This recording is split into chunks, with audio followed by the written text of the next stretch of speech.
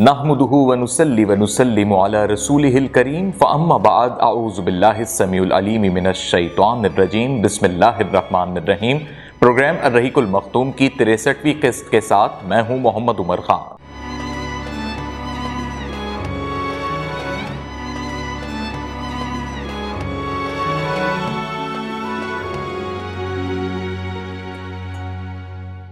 ناظرین کرام، گزشتہ قسط میں ہم نے آپ کو بتایا کہ غزوہ قریظہ کیا تھی، یعنی بنو قریظہ اور یہ جو یہودیوں کا قبیلہ تھا اس کے خلاف جو آپ صلی اللہ علیہ وآلہ وسلم نے جنگ لڑی اور کس طریقے سے ان یہودیوں کو قتل کیا گیا۔ اور اس سے پہلے جب غزوہ احزاب یعنی جنگ خندق ہوئی تھی اس میں بنو قریظہ کا بھی کردار سامنے آ گیا تھا، اور اس پوری بنو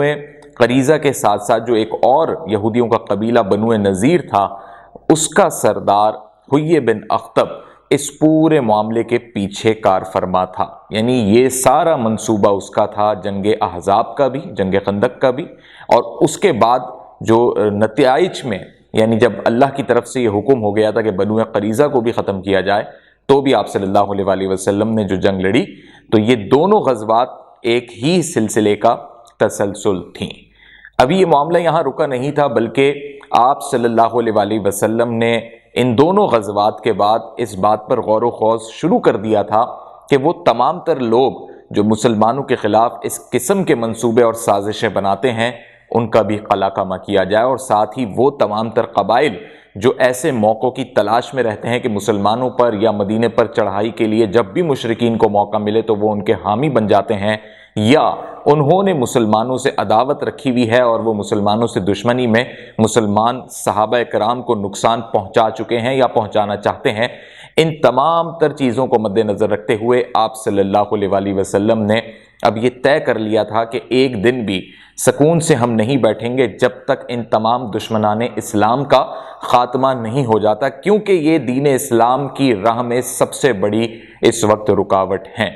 تو ہوا کچھ یوں کہ جیسے حیی بن اخطب نے پورا غزوہ احزاب جنگ خندق کے لیے ایک سازشی منصوبہ بنایا تھا اور قریش میں جا کر وہاں پر مشرکین کو، کفار کو ابھارا تھا، اور تمام قبائل میں جا جا کے 20 یہودیوں کا یہ وفد جاتا تھا، وہاں پر ان کو اکساتا تھا، بھڑکاتا تھا، ورغلاتا تھا، اور اس بات پر قائل کرتا تھا کہ باقی قبائل بھی ہمارے ساتھ ہیں، اور سب کو ملا کے مسلمانوں کے خلاف کھڑا کر دیا تھا۔ تو اب ان سارے قبائل سے بھی بدلہ لینا تھا اور حیی بن اخطب جیسے لوگوں سے بھی بدلہ لینا تھا مسلمانوں کو۔ تو آپ صلی اللہ علیہ وآلہ وسلم نے ایک اور شخص کی نشاندہی کی جو حیی بن اخطب کے ساتھ، یہ بھی یہودی شخص تھا، خیبر میں موجود تھا، اور اس نے بے حد مسلمانوں کے خلاف یہ سازش کی تھی۔ حیی بن اخطب کے اس وفد میں بھی یہ موجود ہوتا تھا، یعنی آپ یہ سمجھ لیں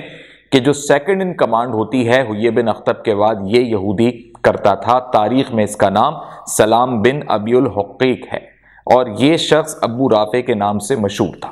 یہودی تھا، یہودیوں کا بڑا سردار تھا، اکابرین میں شامل تھا۔ تو اس کے لیے آپ صلی اللہ علیہ وآلہ وسلم نے کہا تھا کہ اب ہمیں سب سے پہلے اس سے نمٹنا ہے۔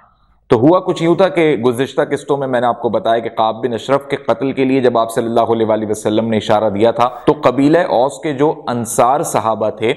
ان انصار صحابہ کرام نے آگے بڑھ کر اپنا ایک دستہ پیش کیا، اور پھر وہ ایک پوری ٹارگیٹڈ کارروائی کے لیے 5 افراد کا دستہ بنا تھا۔ بعد میں جب یہ خبر عام ہوئی تو باقی جو دیگر انصار صحابہ تھے اس میں بنو خزرج کے جو صحابہ تھے ان کا یہ بڑا دل تھا کہ ہمیں بھی کوئی ایسا موقع ملے۔ تو سلام بن ابی الحقیق کے لیے بنو خزرج کے صحابہ نے ہی اس کی نشاندہی کی، آپ صلی اللہ علیہ وآلہ وسلم سے پہل کر دی اجازت مانگنے میں، اور اصرار بھی کیا کہ جیسے اوس والوں کو اجازت دی تھی آپ نے یا ان کو یہ موقع دیا تھا ہمیں بھی موقع دیں اور ہم اس شخص کو جا کر قتل کریں گے۔ تو آپ صلی اللہ علیہ وآلہ وسلم نے بنو خزرج کے لوگوں کو، یعنی جو صحابہ کرام تھے، انصاری صحابہ تھے، ان کو یہ اجازت دی، اور 5 بنو خزرج کے انصاری صحابہ کا یہ دستہ تیار ہو گیا جس کی کمانڈ حضرت عبداللہ بن عتیق رضی اللہ تعالی عنہ فرما رہے تھے۔ آپ صلی اللہ علیہ وآلہ وسلم نے یہ تنبیہ کی کہ عورتوں اور بچوں کو اس کارروائی میں قتل نہ کیا جائے، صرف اور صرف سلام بن ابی الحقیق کو ہی قتل کیا جائے۔ اب یہ ایک اور یہودیوں کے خلاف ایک اور ٹارگیٹڈ کارروائی ہے جو مسلمان جائیں گے اور قتل کریں گے۔ تو اس میں منصوبہ کیسے بنے گا، کیونکہ یہ مدینے میں یہ شخص موجود نہیں یا مدینے کے اطراف نہیں بلکہ یہ خیبر میں موجود ہے، اور خیبر اور مدینے کے درمیان میں کافی فاصلہ ہے۔ ہوا کچھ یوں ناظرین کرام، جب یہ 5 صحابہ کرام پر مشتمل انصاری صحابہ پر مشتمل یہ گروہ بن گیا یا یہ دستہ بن گیا، تو انہوں نے یہ طے کیا کہ ہم وہیں جا کر اس کو قتل کریں گے۔ اور یہ تمام تر 5 صحابہ خیبر کے جب قریب پہنچ گئے تو انہوں نے وہاں پر پڑاؤ ڈال دیا۔ اب خیبر کے پاس ایک بڑا قلعہ تھا، اس قلعے کا پہرہ دار بھی موجود تھا، اور اس قلعے کے اندر ہی اس کے جو قبیلے کے یہودی لوگ تھے وہ جمع رہتے تھے، رات کا کھانا ہوتا تھا، مجلسیں ہوتی تھیں ان کی، اور وہ اپنے جو موسیقی اور جو کچھ اپنی انٹرٹینمنٹ ہوتی تھی ان کی، وہ سب کر آ کے پھر سو جایا کرتے تھے۔ جب حضرت عبداللہ بن عتیق رضی اللہ تعالیٰ عنہ نے اس بات کا اندازہ لگا لیا کہ اس قلعے کے اندر جا کر ہی قتل کیا جا سکتا ہے، کیونکہ وہ قلعے کے اندر ہی موجود تھا سلام بن ابی الحقیق، تو اس کے لیے حضرت عبداللہ بن عتیق نے ایک بڑا سمجھے اس پوری کارروائی کو ایک اس انداز میں انہوں نے کیا کہ اس میں بڑے رسک لیے۔ سب سے پہلے وہ جا کے پہرہ دار کے پاس، یعنی جو قلعے کا دروازہ تھا اس کے قریب جا کر وہ اس طرح بیٹھ گئے کہ اپنا چہرہ انہوں نے چھپا لیا،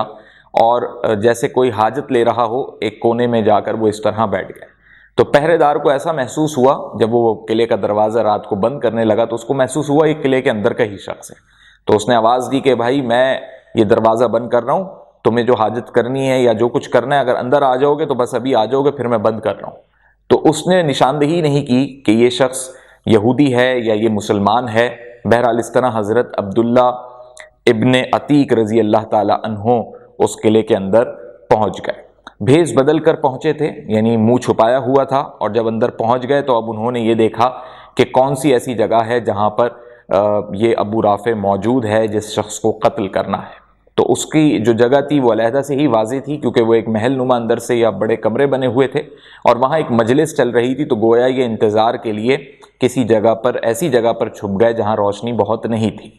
اس کے بعد جب انہوں نے یہ موازنہ کیا کہ وہاں مجلس ختم ہو گئی اور لوگ وہاں سے اب اٹھ کے جا رہے ہیں، تو ان کو سمجھ میں آ گیا کہ اب میں اندر کی جانب بڑھوں، اور جیسے ہی اس کے قلعے کے اندر کی جانب بڑھنے لگے تو بہت سارے دروازوں سے ہوتے ہوئے گئے۔ تو ان کے ذہن میں یہ آیا حضرت عبداللہ ابن عتیق رضی اللہ تعالیٰ عنہ کے، ان کے باقی تمام تر جو ناظرین کرام صحابہ ہیں وہ باہر ہی موجود ہیں قلعے سے، یہ صرف اکیلے ہی اندر داخل ہو سکیں۔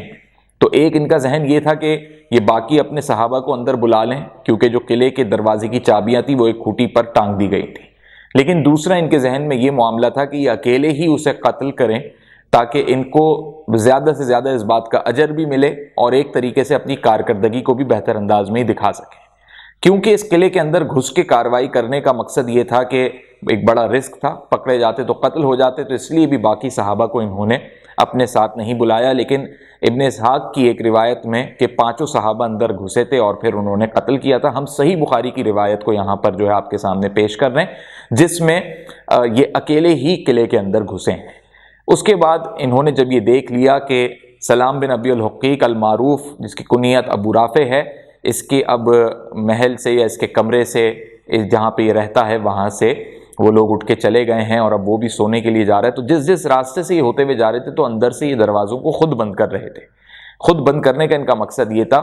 کہ اگر کوئی چیخ پکار ہو بھی جائے، کوئی آئے بھی، تو اچانک سے دروازہ نہ کھلے، ان کو اتنا وقت مل جائے کہ یہ ابو رافع کو قتل کر سکیں۔ بہرحال ناظرین کرام، یہ اس کے کمرے تک پہنچ گئے، اور اب وہ تمام تر لوگ جو اپنے حساب سے سونے کی تیاری میں مصروف ہو چکے تھے یا سو چکے تھے، تو انہوں نے کچھ دیر انتظار کیا، اور جب یہ اس کے کمرے تک پہنچے تو کمرے میں اندھیرا اتنا تھا، سو رہے تھے، کہ ان کو یہ ہوا گمان کہ اس کے بچے بیوی بھی یہاں پر موجود ہیں، اگر یہ غلط تلوار نہ چلا دیں کہ کوئی کسی بچے پہ لگ جائے یا کوئی عورت اس سے جو ہے زخمی ہو جائے یا ہلاک ہو جائے۔ تو کیونکہ آپ صلی اللہ علیہ وسلم نے کہا تھا کہ صرف اسی شخص کو قتل کرنا ہے اور کوئی اس میں قتل نہ ہو، تو اب اندھیرے میں تلوار چلانی تھی، اور حضرت عبداللہ بن عتیق رضی اللہ تعالیٰ عنہ نے یہ حکمت اپنائی کہ پہلے کمرے میں چلے گئے، جتنا اندھیرے میں دیکھ سکتے تھے اتنا دکھائی دے رہا تھا، لیکن یہ سمجھ نہیں آ رہا تھا کہ اس میں ابو رافع کون ہے، کہاں لیٹا ہوا ہے۔ تو انہوں نے ایک آواز دی کہ ابو رافع کہاں ہو؟ تو ابو رافع کی آنکھ کھلی، تو ابو رافع نے ایک دم پوچھا کون ہے، کون پوچھ رہا ہے، کون آیا ہے؟ تو جیسے ہی انہوں نے جواب میں آواز سنی کہ کس جگہ سے آواز آ رہی ہے، اس نے لیٹے لیٹے یہ بات پوچھی، تو انہوں نے وہیں سے اندازہ کر کے کہ اس جگہ سے یہ آواز آ رہی ہے، اندھیرے میں وہیں تلوار چلائی، اور ابو رافع کے ہی وہ تلوار لگی۔ جیسے ہی لگی تو ابو رافع نے ایک دم چیخ ماری اور یہ ایک دم پیچھے ہو کے چھپ گئے اندھیرے کمرے میں۔ اب جب ابو رافع زخمی ہو گیا تو اب ان کو یہ اندازہ ہوا کہ یہ مرا نہیں ہے ابھی یہ صرف زخمی ہوا ہے، تو انہوں نے پھر آواز بدلی اپنی فوراً ہی، یعنی کچھ ہی 5 سیکنڈ یا کچھ وقفے کے بعد انہوں نے آواز بدل کے کہا کہ ابو رافع کون آیا تھا؟ اس طرح سے پوچھا کہ ابو رافع کو محسوس ہوا کہ جیسے اس کا کوئی پہرے دار آ گیا ہے اس کو بچانے کے لیے، تو اس نے کہا کہ بدبخت تم کدھر تھے؟ کوئی آدمی آیا اور اس نے میرے اوپر تلوار مار دی ہے۔ اب دوبارہ جب ان کو آواز آئی جس جگہ سے آ رہی تھی تو اندھیرے میں پھر انہوں نے جو ہے تلوار کا ضرب لگایا، اور اس دفعہ بھی ابو رافع کو بڑی زبردست قسم کی تلوار کا ضرب لگا۔ اب جو ضرب لگا تو ابو رافع کی پھر دوبارہ سے چیخ نکلی، تو اب انہوں نے بغیر وقفہ لیے حضرت عبداللہ ابن عتیق رضی اللہ تعالیٰ عنہ نے اس کے پیٹ کی جانب یا سینے کی جانب تلوار کو رکھتے ہوئے ایسے دبایا کہ ان کو محسوس ہوا کہ اس کے کمر تک پہنچ گئی، یعنی آر پار ہونے والی صورت میں آ گئی، اور پھر اپنی تلوار لے کر یہ وہاں سے نکلے۔ اب جب یہ نکلے تو چونکہ وہ چیخ مار چکا تھا اور جو مزید پہرہ دار تھے یا جو لوگ اس قلعے کے تھے وہ اس کے کمرے کی جانب بڑھ رہے تھے، اور کمرے میں بھی جو موجود اس کے بچے یا دیگر افراد اس کے خاندان کے تھے ان کی بھی چیخ پکار شروع ہو گئی تھی۔ حضرت عبداللہ ابن عتیق اس اندھیرے کمرے سے بھاگے، اور انہوں نے اب وہ راستہ اختیار نہیں کیا جس راستے سے یہ آئے تھے، بلکہ انہوں نے تو ان دروازوں پر کنڈی لگا دی تھی، تو پہرے داروں کو آنے میں وقت بھی لگا کیونکہ دروازے وہ توڑتے ہوئے آئے، لہٰذا انہوں نے اب دوسرے راستے کا تعین کیا، لیکن وہ راستہ اونچائی پہ تھا، یعنی وہ کوئی راستہ نہیں تھا بلکہ وہاں سے آپ سمجھ لیں کوئی کھڑکی کھلی ہوگی، تو وہاں سے انہوں نے کود ماری۔ جب انہوں نے کود ماری تو ہوا یہ کہ یہ اتنی زور سے زمین پہ گرے کہ ان کی جو ٹانگ کی پنڈلی ہے وہ پنڈلی میں بل آ گیا، یا یہ کہہ لیں کہ پنڈلی چڑھ گئی اور یہ لڑکھڑا گئے اور سمجھیں لنگڑا کے چلنے لگے، لیکن اب تک تمام تر پہرے دار اور سب جو ہیں وہ ابو رافع کے کمرے میں پہنچ چکے تھے، یہ قلعے سے باہر نہیں نکلے جبکہ نکل سکتے تھے، یہ ایک جگہ پھر اندھیری جگہ پر قلعے کے اندر ہی موجود رہے، اور یہ انتظار کرتے رہے کہ جب تک یہ تصدیق نہ ہو جائے کہ ابو رافع قتل کر دیا ہے میں نے یا نہیں کیا، یا زخمی ہے اور باقی صحابہ باہر ہیں۔ تو ہوا یہ ناظرین کرام کہ جو اس کے پہرے دار خادمین ایک دم اندر آئے تھے، انہوں نے پھر ایک دم سے بآواز بلند قلعے کے تمام تر لوگوں کو یہ آواز لگا کر اعلان کیا کہ ابو رافع کو کسی نے قتل کر دیا ہے۔ جب انہوں نے سن لیا قتل کر دیا ہے تو انہیں اطمینان ہو گیا، انہوں نے اللہ کا شکر ادا کیا، اور پھر یہ لگڑاتے ہوئے اس قلعے کی دیوار سے بآسانی بڑے چھپ چھپا کے باہر آ گئے۔ جب یہ باہر آ گئے تو انہوں نے صحابہ کو بتایا، جو دیگر صحابہ وہاں پہ موجود تھے 4 اور تھے، یعنی 5 کا پورا دستہ تھا، انہوں نے بھی خوشی کا اظہار کیا، اور اندر جو لوگ تھے وہ ابو رافع کے قتل کے بعد قلعے کے اندر ہلچل مچ گئی، لیکن اب یہ حضرت عبداللہ ابن عتیق سے چلا نہیں جا رہا تھا، تو باقی 4 صحابہ ان کو اپنے ساتھ لے کر سہارا دے کر اپنے ساتھ لے کر آ گئے۔ ہوا یہ ناظرین کرام کہ جب یہ مدینے پہنچے باقی صحابہ ان کو یعنی حضرت عبداللہ عتیق رضی اللہ تعالیٰ عنہ کو سہارا دے کر لائے، اللہ کا نبی ان سے بہت خوش ہوا، لیکن چونکہ ان کی پنڈلی میں ایسا بل آ گیا تھا یا ایسی پنڈلی چڑھ گئی تھی کہ بالکل چلا نہیں جا رہا تھا، سوجن بھی آ گئی تھی، تو اللہ کے نبی نے اللہ سے دعا کی ان کے لیے، اور اپنا دست مبارک ان کی پنڈلی پر جب پھیرا تو وہ پنڈلی کی سوجن بھی چلی گئی، اس کا درد بھی چلا گیا۔ خود حضرت عبداللہ ابن عتیق رضی اللہ تعالیٰ عنہ کا فرمان ہے کہ جب پھر میں کھڑا ہوا چلنے لگا تو ایسا محسوس ہوتا تھا کہ جیسے کبھی درد تھا ہی نہیں۔ اس طرح یہ شخص سلام بن ابی الحقیق المعروف، جس کی رکنیت ابو رافع تھی، یہودیوں کا دوسرا بڑا سردار تھا، خیبر میں موجود تھا، مسلمانوں کے خلاف سازش میں وفد بنا کر مشرکین کو، اہل عرب کو مسلمانوں کے خلاف اکٹھا کرنا، لشکر تیار کرانا، اور 10,000 کا لشکر تیار ہو گیا تھا جنگ احزاب میں۔ تو یہ وہ تمام تر لوگ تھے جو پیچھے پروپیگنڈا کرتے تھے، اور ان کو اللہ کے نبی نے جب ان کی نشاندہی کی، صحابہ نے بھی چاہا کہ ان کو قتل کریں، تو یہ بآسانی یہ کاروائی مکمل ہوئی اور سلام بن ابی الحقیق کا قتل ہو گیا۔ اب اس کے بعد ہوا یہ کہ ناظرین کرام آپ صلی اللہ علیہ وآلہ وسلم نے ایک پوری فہرست بنا رکھی تھی کہ کون کون سا عرب کا قبیلہ مسلمانوں کے خلاف اٹھا تھا، یا کن کن لوگوں سے مسلمانوں کو خطرہ ہے، اور کون سے ایسے لوگ ہیں جو مسلمانوں کے خلاف مشرکین کی طرح باقاعدہ اپنی تلوار لیے کھڑے ہیں، یا جنہوں نے رجی کے مقام پر اور صحابہ کرام کو دیگر مقامات پر نشانہ بنایا اور شہید کیا تھا، تو ان سب سے بدلے بھی لینے تھے، ان سب کو اللہ کی راہ میں رکاوٹ بننے سے بھی روکنا تھا، اور ان سب کے خلاف اللہ کے رسول نے اپنی تلوار بھی اٹھانی تھی۔ تو اب اگلی قسط میں ہم آپ کو بتائیں گے کہ اللہ کے رسول نے کن کن